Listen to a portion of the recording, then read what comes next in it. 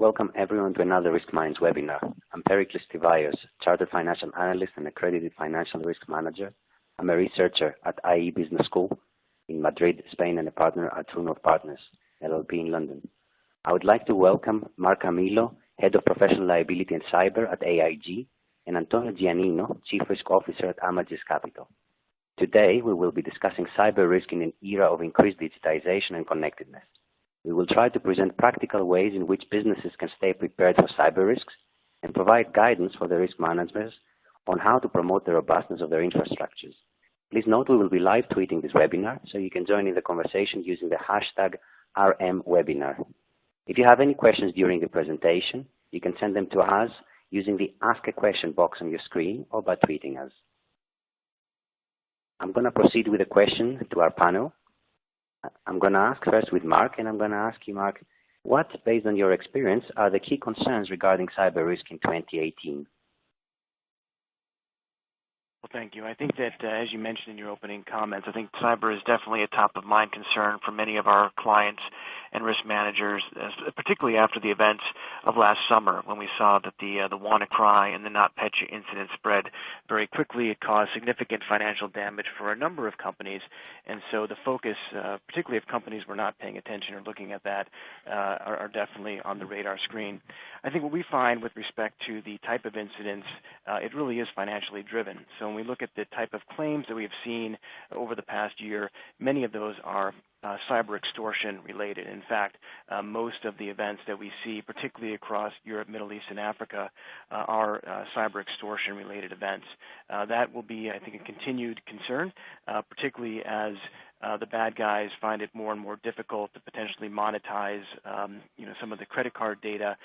Looking for other ways to monetize using cyber extortion as a vehicle tends to be something that we see quite often.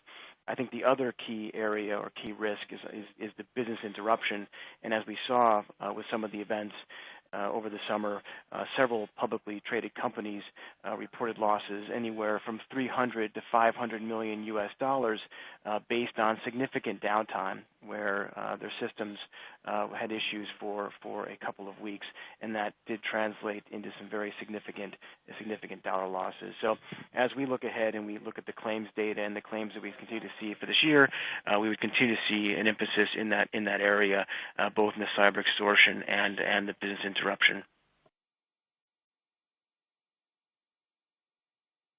Antonio, would you like to add anything from your perspective?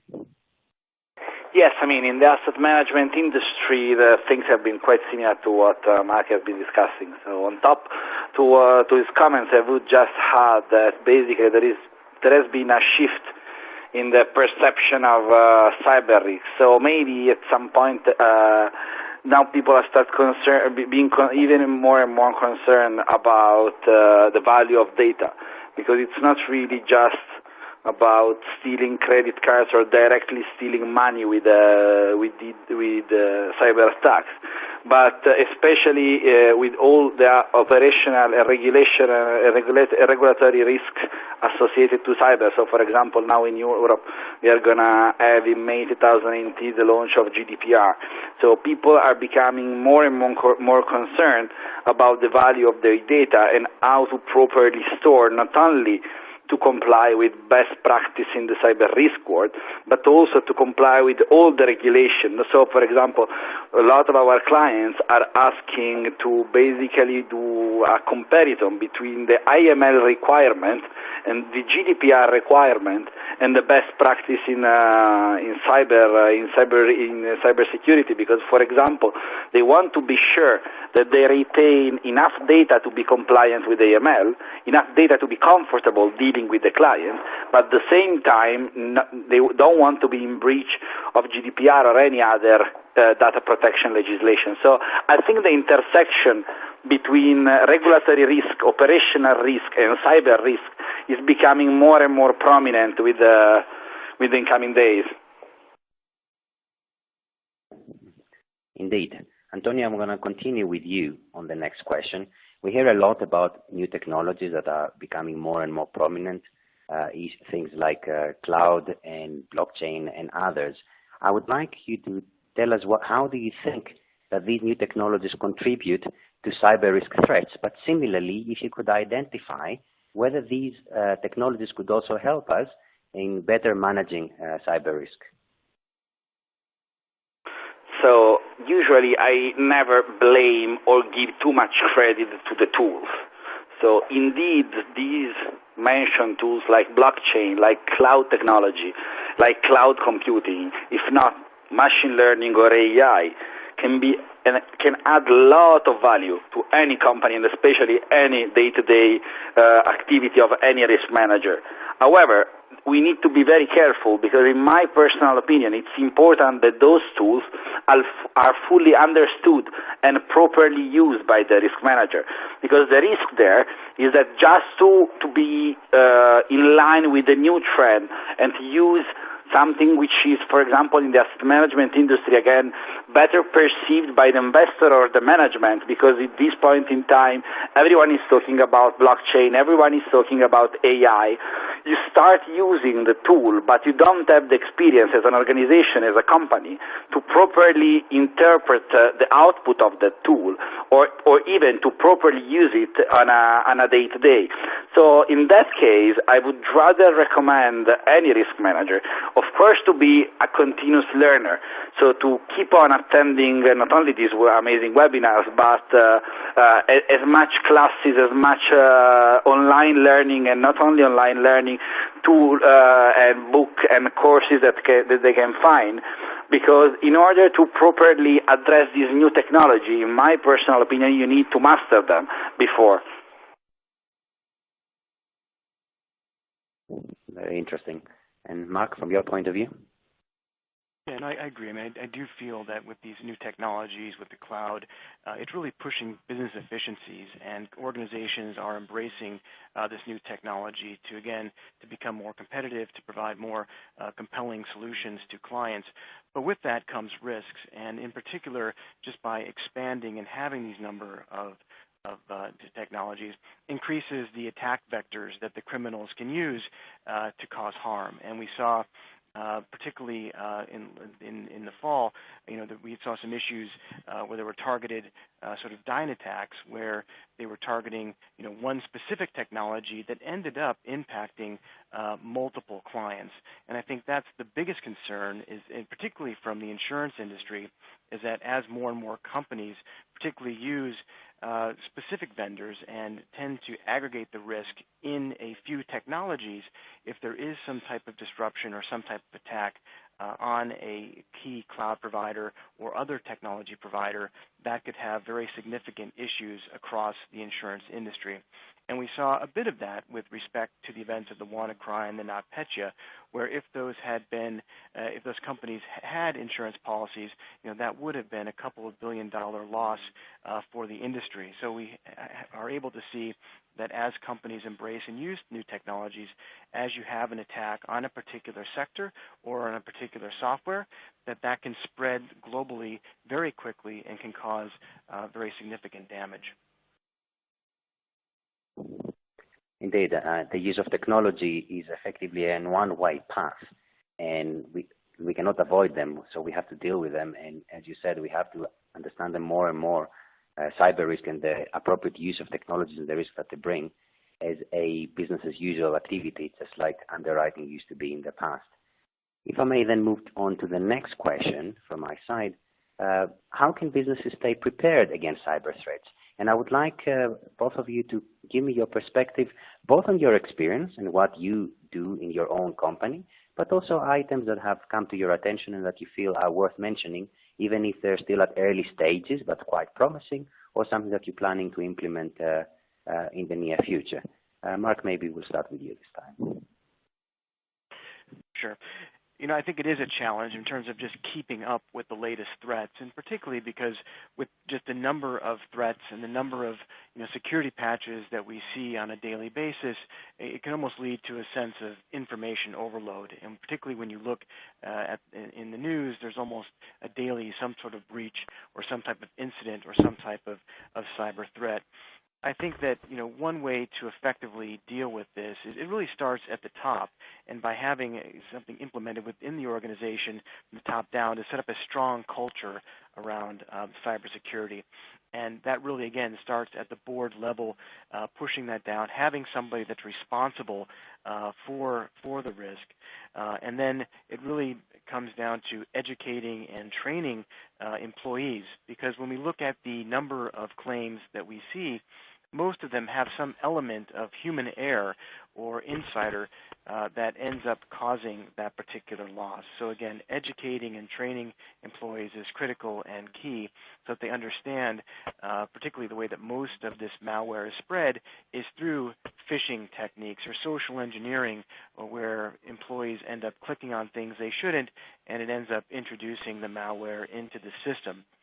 But one of the areas that is encouraging is that insurance carriers themselves can play a role in helping the broader economy stay up to speed and also to protect themselves from these types of threats. And as we're seeing many companies start introducing more and more analytical information, particularly to apply for insurance, being able to go through the application process, many carriers are providing more intelligence back so that clients can benchmark themselves. They can see how they compare to their peers with respect to information security. And there's becoming much more transparency in the underwriting process so that clients that have those good security controls in place, they should see better premiums, they should be able to access higher limits, and potentially lower deductibles. And so that's one direction where I see the cyber insurance industry moving, again, to provide that more transparency, to provide more information, more analytical data back to insureds so they understand what's working, what's not working. And so if there's areas that need improvement, the cyber insurance carriers themselves can offer those suggestions and advice back to clients.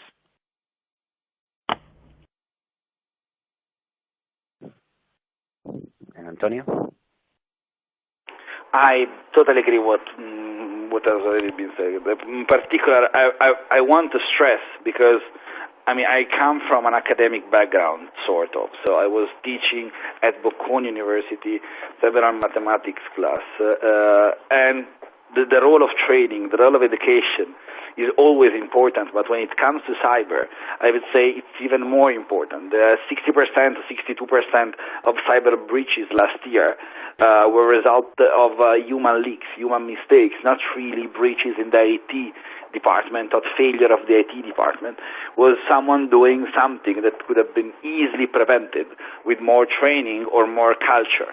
And culture, in my opinion, is the second keyword when it comes to building any infrastructure, because unless you build a solid and a sound cyber culture and cyber governance through all your organization, ultimately you will be as good as your weakest link. And unfortunately, now that we were talking before about cloud technology, for example, several small in terms of people working, but clearly not in terms of IUM or turnover, asset managers. They have all their data, everything on the cloud, and they feel a bit safe with their two-factor authentication and all the cyber basic procedure in place. However, if anyone, any single one with the access to the cloud, starting from the junior staff or the intern or the accountant or the person working in the company just part-time as a consultant with access to the cloud, is not as aware of the cyber risk, as on top of all the procedures, compromising his access, his computer will give you easily access to all the infrastructure, and therefore will expose all the organization, just because most of the data, if not all the data in some cases, are on the cloud. So talking about what we did and my experience in the field, so basically, again, given the importance that we put on an education, we also realized that in the asset management industry, there was a lack of awareness when it comes to cyber risks.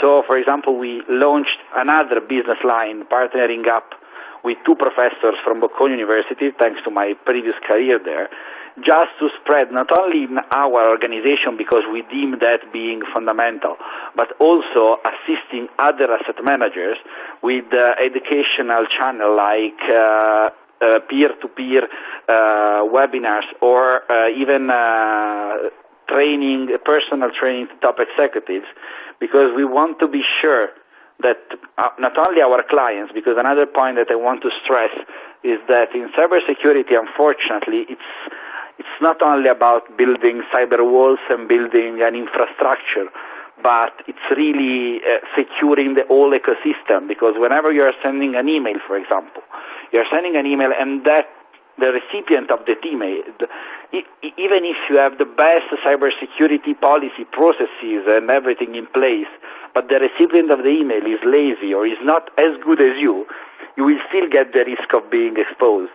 So we try to stress and to help our clients, not only because, again, we support them, but also because ultimately it's providing comfort to us and to the data that we are sending there. That's very interesting. So if I may stay on the same question and ask you, Mark, as well, given that you mentioned training, would you be able to share with us what sort of training AIG is doing in order to make sure that your internal resources are better aware of cyber threats and they do not make the mistakes that could lead into inadvertent access to your systems and your proprietary data? Yes. So again, one of the areas that AIG is invested in quite heavily has been in the training aspect of it. And so there's things like good password management, good information security controls, how to identify a phishing campaign or a phishing email, actually testing the employees, sending out these sort of phishing emails and making sure that after they've taken the training, they're not clicking on those links. So those are some of the things that are being done. And from a client perspective, we do recognize that maybe some of the smaller, the mid-sized companies that we underwrite may not have the same type of resources available in order to properly educate their employees.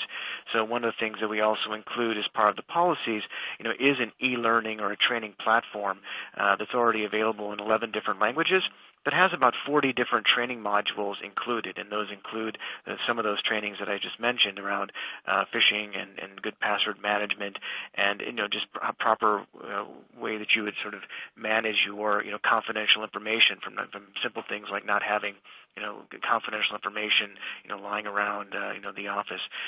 So these are just a few things again that we do as an organization, but also trying to make those companies that we write the cyber insurance for much more capable in this area as well.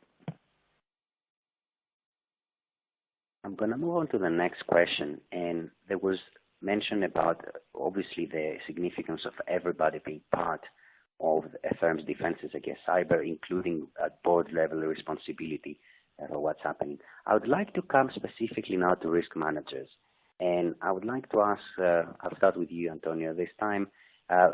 What is the specific role that you see for a risk manager that the risk manager should take on in order to ensure that the infrastructure is not vulnerable, beyond training, but also the things that as a risk manager you're better able to control and be instrumental in them happening? This is actually quite an interesting and broad question, I would say.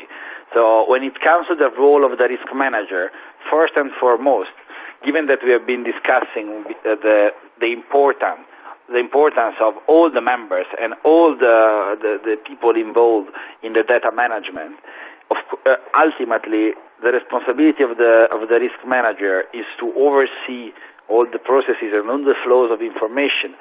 But this, unfortunately, like the responsibility of the CICO, the Chief Information Security Officer, or the Chief Information Officer, he is not in control of everything, while on the other hand, if you look at the recent survey, the board members tend to blame the Chief Information Officer and the Chief Risk Officer for cybersecurity failures that were by far beyond their control.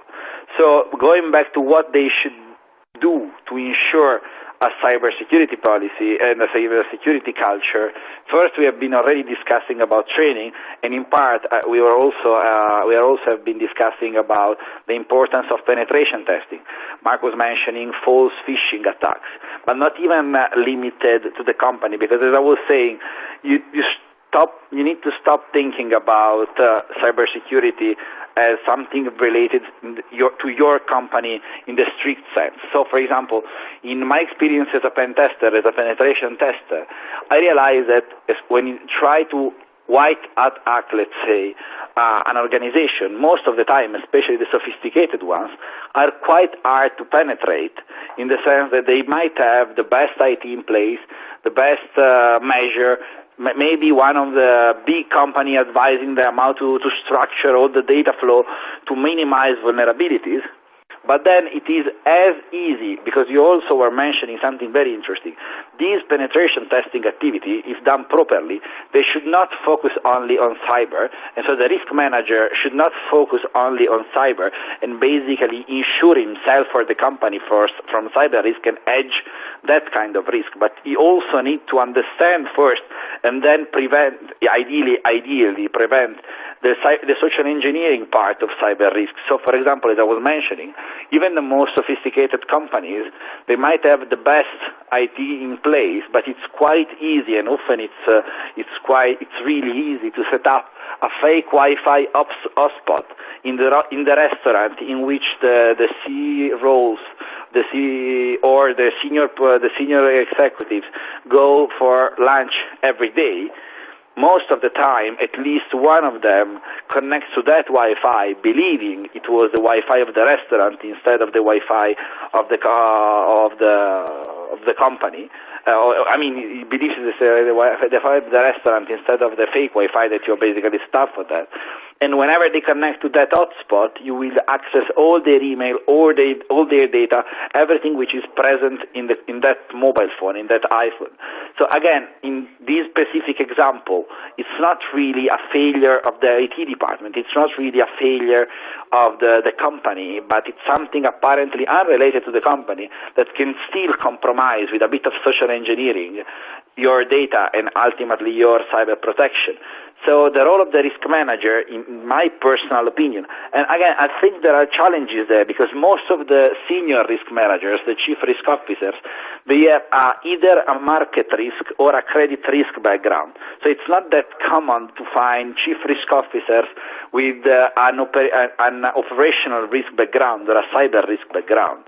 But in that case, I believe they should focus a lot on having continuous penetration testing, false email phishing tests, or even blue team versus red team kind of simulation in order to ensure that the company is properly safe. And again, as I was saying, and I cannot stress this enough, in order to build a safe ecosystem for yourself, your suppliers, your clients, your third-party service provider, only when you're sure about the cybersecurity measure taken by all the members of the ecosystem, you might believe of having a sound cybersecurity policy in place.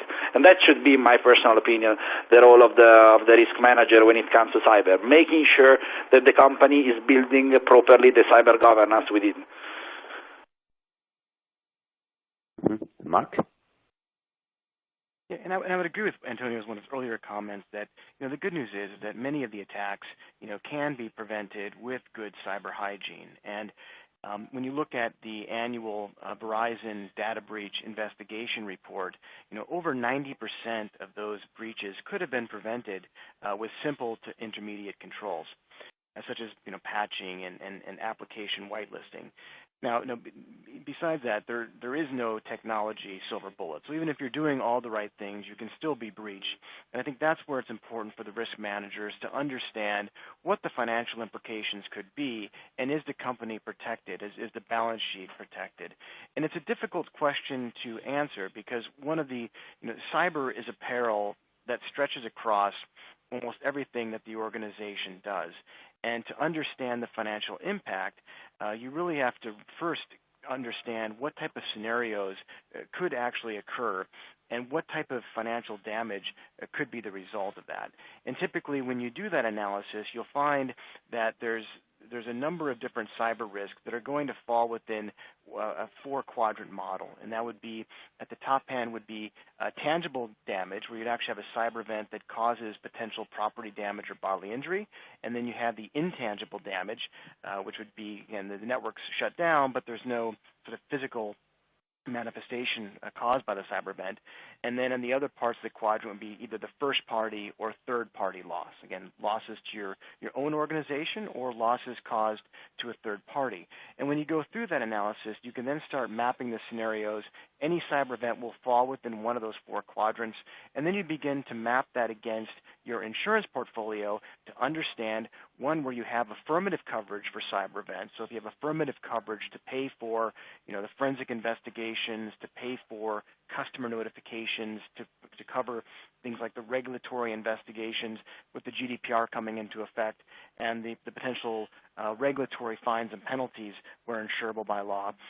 So that's where you'd have the affirmative coverage. To the other end of the spectrum, it could be excluded. There might be some cyber exclusion or data exclusion or a virus exclusion, or there could be some other type of exclusion in the policy that could kick that out. So if you're expecting potentially the cover for the property to respond from property damage, potentially that cover was not there, and you either deal with, again, for the affirmative to the red area which would be completely excluded, and most companies will find that there's a lot of gray, that it may not be affirmatively provided within the insurance policies, but it may not be. It may not have the firm exclusion in there. And so a lot of companies, when they do that analysis, find that there is quite a bit of gray. And that's really what the risk manager, once they understand what the potential ramifications could be, to understand and to go through and figure out if the organization itself is comfortable with that gray, and in some situations moving towards that more affirmative coverage for the types of scenarios that the risk manager is most concerned about. We have touched quite a bit already on the next question, but I would like to ask you if you could name a few of the challenges that insurance firms have faced in building a stronger cyber infrastructure. And at the moment, we've obviously spent time discussing the human and the governance elements.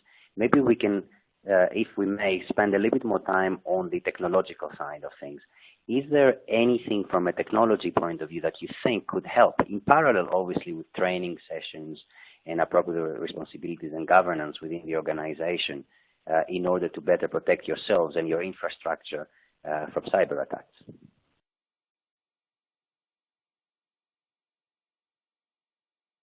Yes, I think I can. Sure, please go ahead, Mark. Okay, sorry.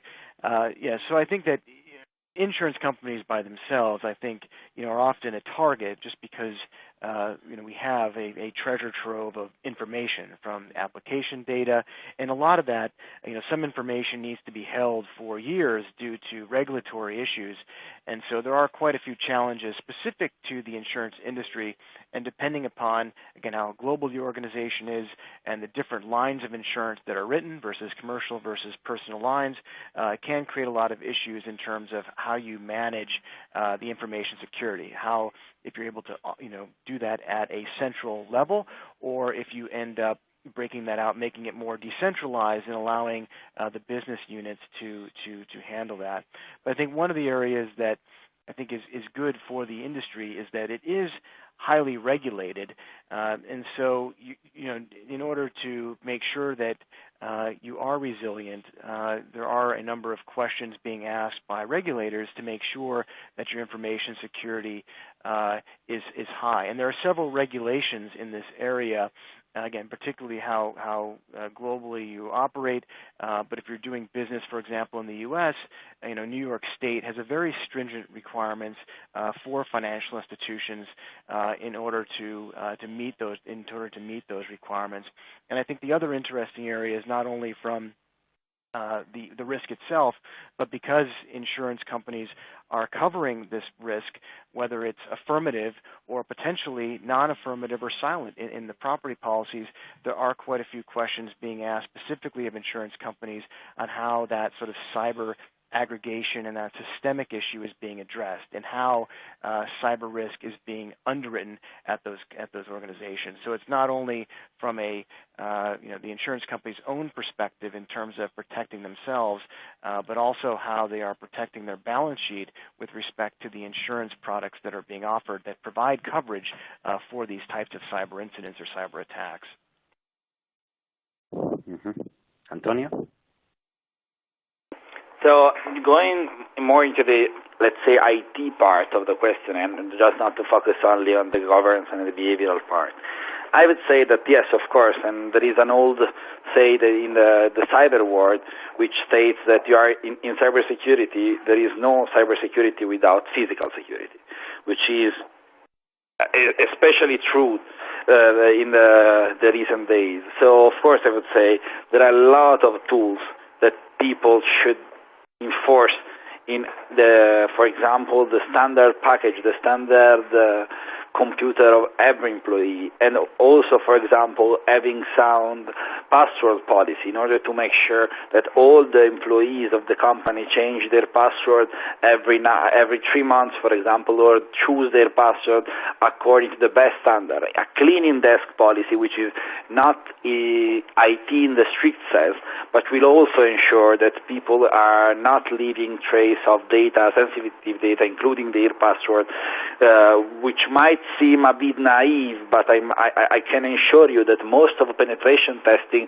in the social engineering part, those are the moments where the organization failed. Those are the cases in which the organization failed.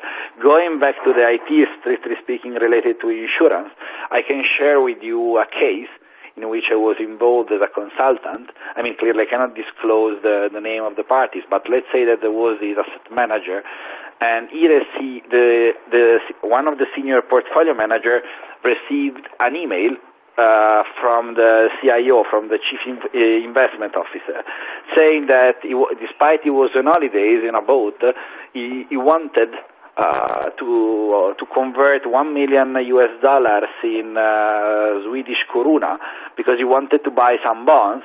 He didn't have his token with him for the bank payment, so he preferred the portfolio manager to do that kind of transfer in the office, and then from his laptop he would have been able to buy the bond himself. The senior portfolio manager saw the email. It was legitimately coming. Apparently, he thought it was legitimately coming from the chief investment officer. He decided to go because that was a kind of a bad standard practice in that firm. And when the money was transferred to the bank account in Swedish koruna that the CIO was suggesting, the money stays there less than 5 minutes. Then they were transferred somewhere else, and the company, when they realized that there was not an email coming from the CIO, they say that they had a cybersecurity policy in place. So they went to the insurance, saying, "Guys, we have been hacked. We've been losing this $1 million. Can you please help us?" And the point of the cyber insurance and the insurance in general was that is not a cyber attack in the strict sense. So they didn't want to pay because they thought it was a failure from a human point of view, and not a failure of the cyber system. So what I want to recommend, for example, to cyber insurers, I mean to insurers who wrote cyber policies, is that first of all, be very sure about what you write and trying to be as much explicit as possible. And again, for this specific situation, which might sound too simplistic or too naive, but I promise those happen all the time, all around the world, even in big organizations, try to, for example, set up in the insurance a calling back procedure that in that case would have clearly saved the day, because when the guy was receiving the order, unless he was calling back the CIO and receiving also an oral confirmation, that wouldn't have been classified as a cyber attack, and therefore they couldn't claim anything from the insurance. So this kind of very ground-based, I would say, measure, very basic measure, if put in a cyber policy, can really help avoiding claim from people who not understand in full the cybersecurity world. Mark, I would love to hear your perspective on this, but in the interest of time, I'm actually going to say that maybe we should move on to the Q&A, and we have received a few questions from our audience. So the first question I would like to read has come from Etienne, who is asking, are cyber attacks always really that sophisticated, or are they targeting companies and systems with old operating systems who are not patching them? We have kind of touched on this, but I would like either of you to respond to this question and also to give us a little bit of a perspective. Is it possible for a cyber criminal to identify which are good target companies and which are the ones who are not patching their systems? Of course it's possible. And I would say that we have been talking for the last 35 minutes about cyber attacks, but it's also important to me to define into detail what is a cyber attack, because there is this misconcept, if you like, of maybe driven by movies or I don't know, the public culture, that cyber attacks are super sophisticated attacks run by people in some basement with their super sophisticated computers. But first, it's not the case most of the time. And on top of that, on average, people realize a cyber breach 225 days after the breach. So what I want to say with this is that it's most likely, according to the last data I have been the occasion to read, that you already have been breached and you just don't know. So the hacker in that case will be someone passively wait for the right data to come, for the right email to be sent, just watching at you, just spying you and basically doing nothing. In that specific case, of course, they can spot the most vulnerable companies. So, for example, there are one of the very, very, very basic tool that combines social engineering and hacking is called the keylogger.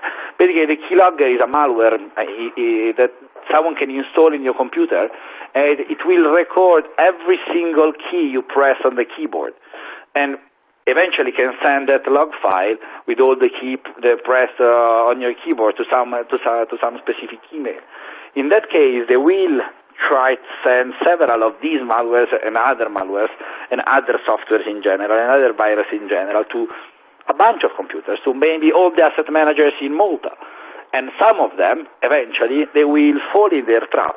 And since that moment, they will start monitoring them. So it's not really like in the movies when they target you because they know that in that day, in that moment, you're going to send something important. They basically shoot in the mass and wait for someone to fall in their trap. Mm-hmm. Very interesting. There's a question we have from Marie at the Matrix Group, who is asking if there is a label or certification that the company should or could get to show their cyber credentials. Can either of you guide us on this question?